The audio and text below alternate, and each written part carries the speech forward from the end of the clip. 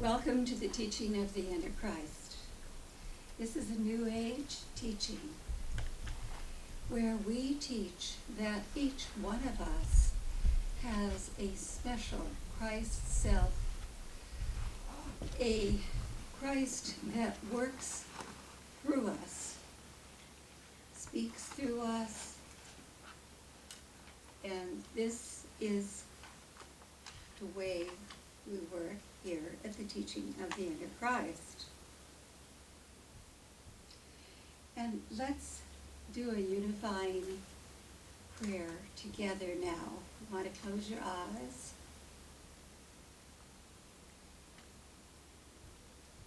Well, we thank you, wonderful God, that we are one with each other, one with divine care, divine love, perfect peace and harmony and joy.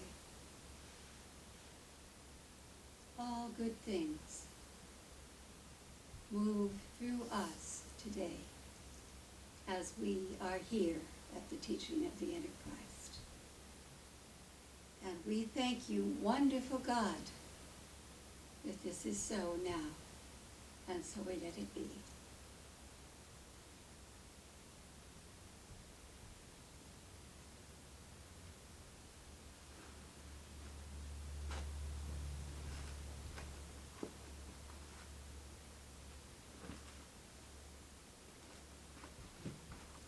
So we do welcome everybody that is here.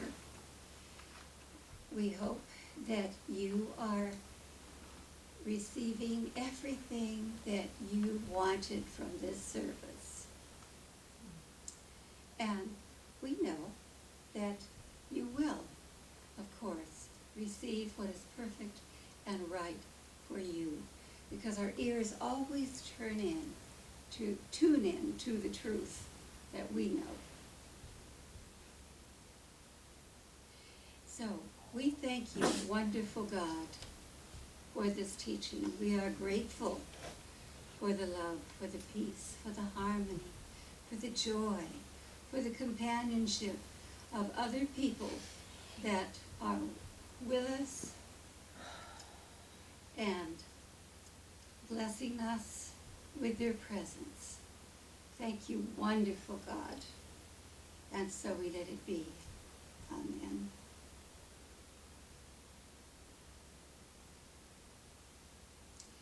Well, donations are always welcome to the teaching, at the teaching of the Antichrist. You can turn them in when you come. You can send them through the mail.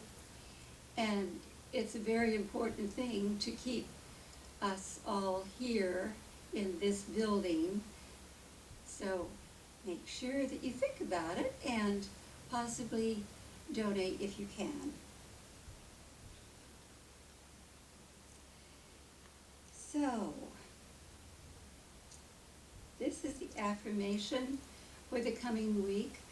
I'll say it 2 times slowly so that if you would like to, you can write it down yourself. My oneness with my Christ self fills me with infinite love and peace. I'll say it once more. My oneness with my Christ self fills me with infinite love and peace.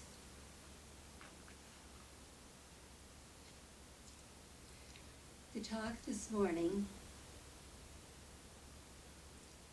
is called Guided by Our Father's Love.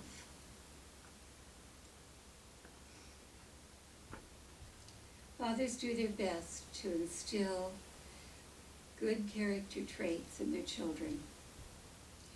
My father was a very special man, and he always considered his family and his children. He came from a family of 9 children that lived in Indiana. And my mother Dorothy, he met back in this same area, and they finally decided to come to California. Now, the first place that we lived in California was El Centro. I don't know if you know El Centro, No. but it's about 25, 30 minutes from the Mexican border. So when my dad was working, there were quite a few people, even on this side of the border, that spoke Spanish. So he learned a lot of Spanish while he was working with these people. So when he was married to my mom, they did decide to go ahead and go to El Centro, and that was a wonderful thing for me. Now, before I go on, I'd like to read the words to a song that I wrote for my dad, and you'll recognize parts of it in the talk that I give. And the talk title is A Very Special Man. A very special man is what he is to me, and he will always be my dad. I always knew his love. Without words, his love was sure. I was guided and protected by my dad. I often depended on him. He always came through in the end. I thought he could fix it all. He often did when I was small. I loved him all the time. He was gentle and friendly and kind. He wasn't very tall at all, but he was a big man to me.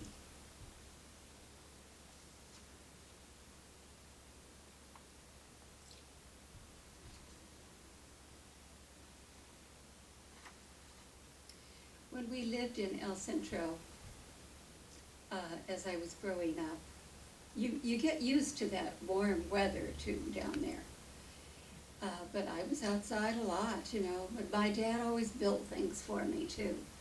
And later, when he could afford, you know, just to go purchase them, he preferred to build it himself. So he would build a jungle gym or whatever it was that he thought I needed most at that time. And he did that when we lived in El Centro too. I remember he made me these bars that I had to go across. and of course, he was always finding old bicycles and tricycles and things like that to fix for me. Now, in the beginning, I'm sure that he started fixing all those things because he didn't feel that he had enough money to do anything else. But later on, my dad began making very good money. And even then, he preferred to go get the old wagons and old tricycles, even for my grandchildren. None of them are here today, but maybe they will hear it on tape. Even for my grandchildren, he would, out back, he'd have a shop, and he would still go out and find those wagons and tricycles and bicycles and fix them. Well, this morning we're specifically going to talk about my dad explored and found many valuable lessons to teach us. Of course, he was learning them for himself, but he shared them, of course, with us. Secondly, today we'll talk about we are protected by our fathers. And the third thing we'll talk about is we are guided by our Father's love.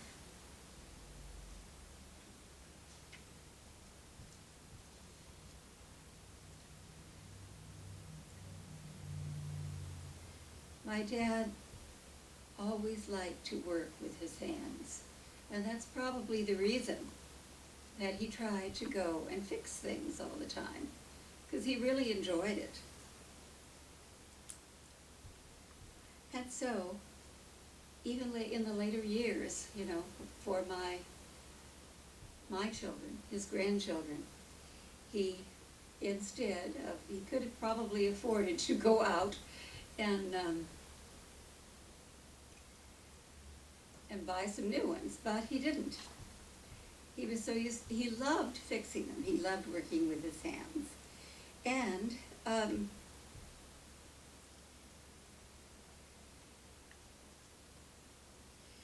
he was able to teach us a lot of what he learned.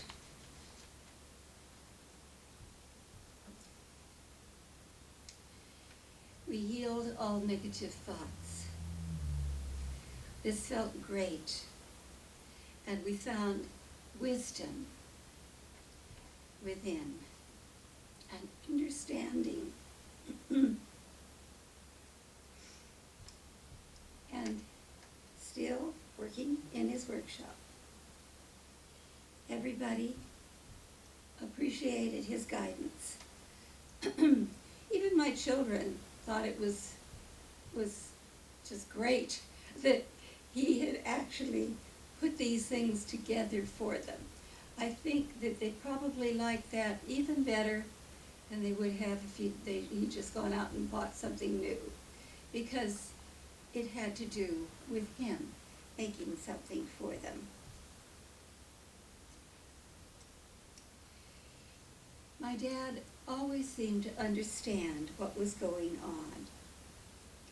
And because of that, I gained confidence in what I was expressing, because I felt whatever it was, I could tell him.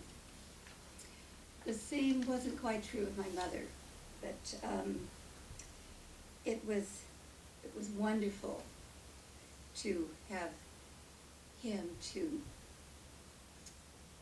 be with, to play with, to work with in every way we could. One day, when we were driving about 30 miles from our home in LA, we were stopped at a signal.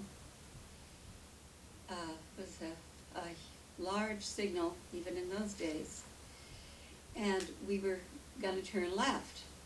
Well, all of a sudden my dad looked down and there was a black Cocker Spaniel right there next to the car. Well, my dad thought, well, he'd pick him up and then we'll take him over and find out where he lives. So that's what he did. He picked up the Cocker, we put it in the car, probably the back seat, and then we went to several of the stores that were right around in the area. I don't remember the names of them now. Too long ago. But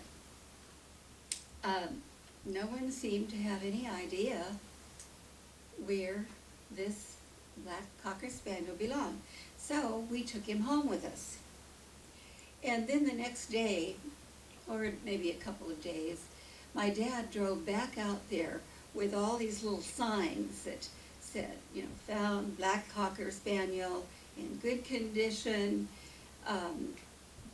and with our name on it, where we had taken him.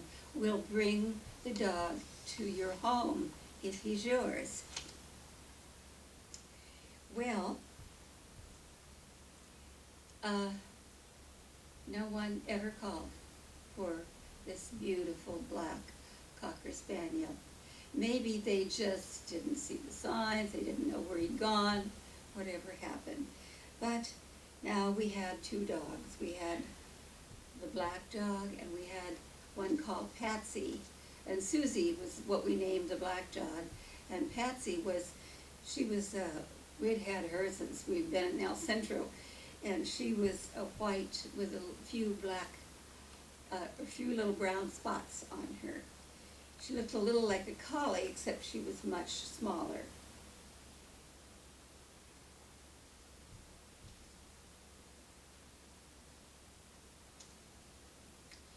So Susie was a wonderful dog for us, and we loved her so much.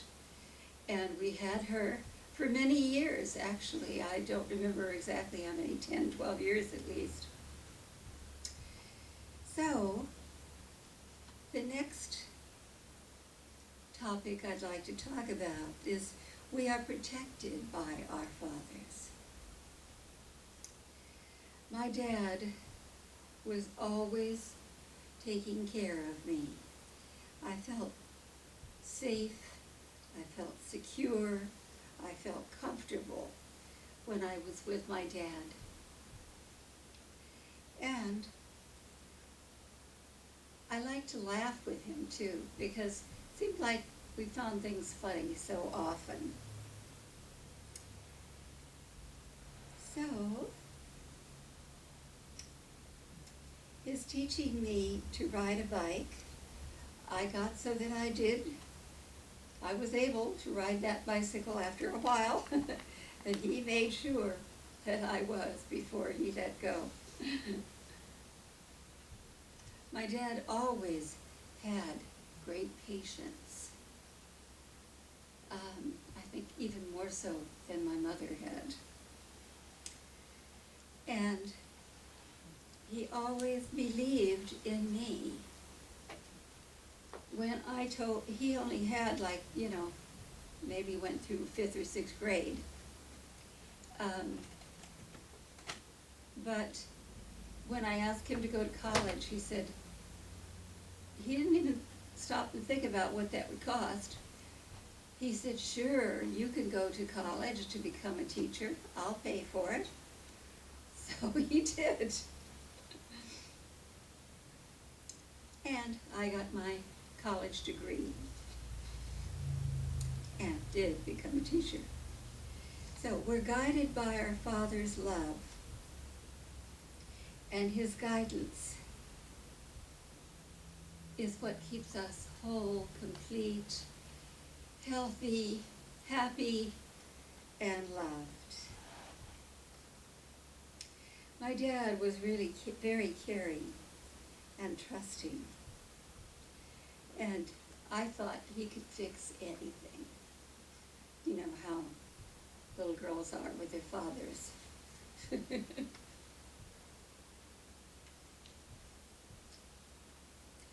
My dad only had that elementary school education, but a college degree was as important to him as it was to me. I became a teacher and worked for many years, mainly in different parts of the Los Angeles area. And I loved teaching. I taught all grades, just about, from kindergarten up through 6th grade. My specialty was kindergarten 1st and 2nd. I loved those the most. I liked the little ones. But mainly when I taught 5th and 6th, it was when I was doing substitute teaching, which I also did a few times. Dad always understood how I was feeling and what I wanted, it seemed. That was so important to me.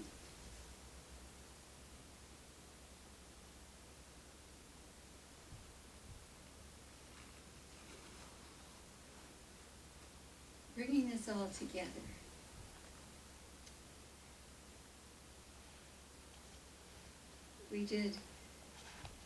we had a wonderful time together, my dad and I. I didn't call him Dad.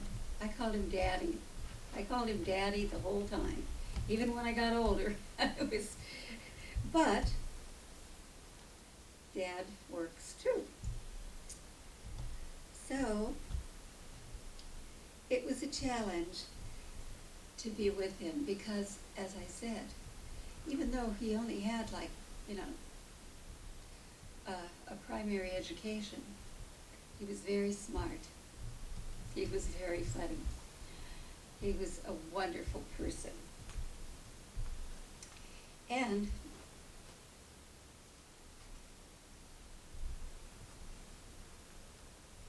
I was so happy that I always felt his love.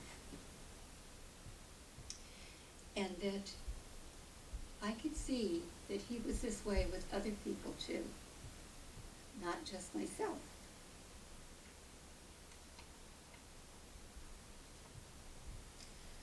I could always depend on my dad. And this morning, we've talked specifically about my dad explored and guided or taught us many valuable lessons. And secondly, we were protected by our fathers. And then we are guided by our fathers. Dad always encouraged me, perhaps we don't need to change ourselves. We just need to love ourselves. I read this somewhere. I don't remember where. I'll repeat it because I think it's so wonderful. Perhaps we don't need to change ourselves. We just need to love ourselves. Thank you, wonderful God. And so it is.